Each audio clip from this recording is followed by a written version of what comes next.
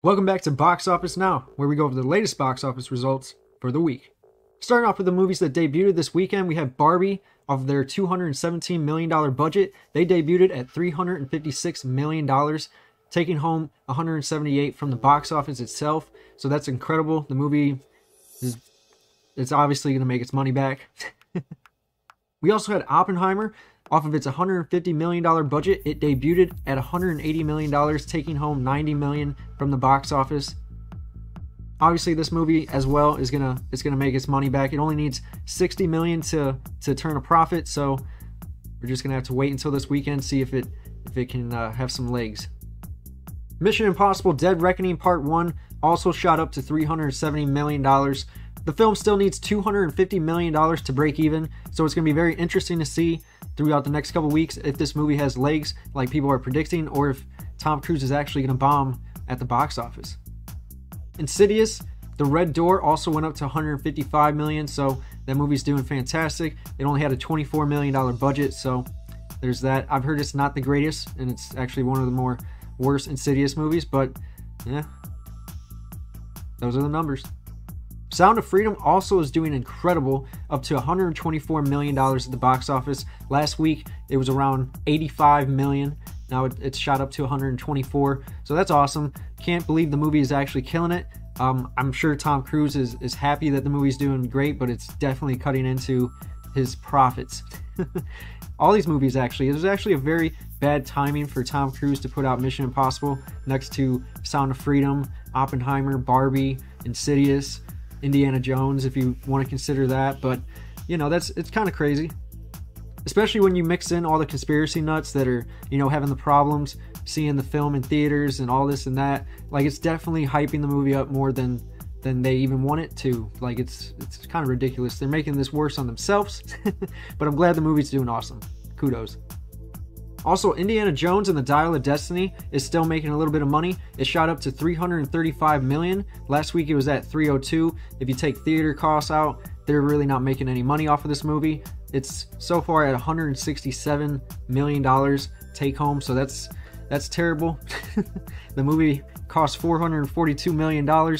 So if you do the math, it will cost $884 million for Disney to break even off of this film, so they still need $549 million just to break even. It's not happening.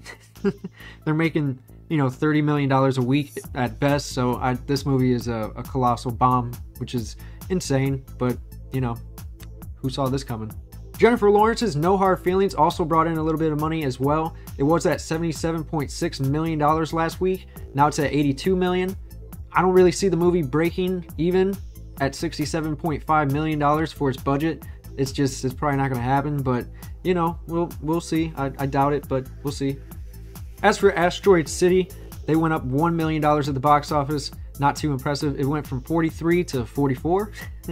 So this is also a massive bomb, considering, you know, the theater cuts. As I said last week, it cost $37 million to make this film, and so far they've only taken home 21. So they might get close, and you know, obviously the physical media and video on demand will help. I imagine it helps all these movies a little bit, you know, as long as they're close to breaking even. I think they can usually get over the border. Surprisingly, The Elementals is still kicking at the box office. Last week it was at $311 million. Now it is at $358. So, you know, it's I don't know if it's going to break even. They need a lot more money for that. So far they've taken home $179 million off of their $300 million budget. So they got halfway there, but sadly I don't think it's going to make any money. Same with The Flash, unfortunately. The Flash last week was at $263, and now it is at $268 million. It did not have too much of an improvement. Also, Transformers Rise of the Beast as well, off of its $300 million budget, they only went up about $6 million at the box office, so that's a little depressing. I was hoping this movie would do a lot better, but you know, they got a good chunk, you know.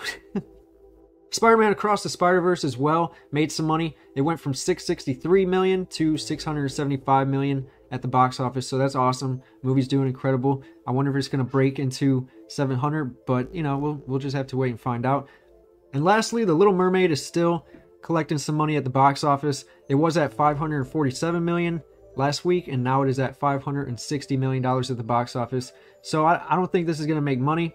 They're about $100 million off from a profit, so it's very possible, but I don't see it. You know, if you're making $13 million a week, and obviously it's going to be leaving theaters soon, so this might just be a bomb.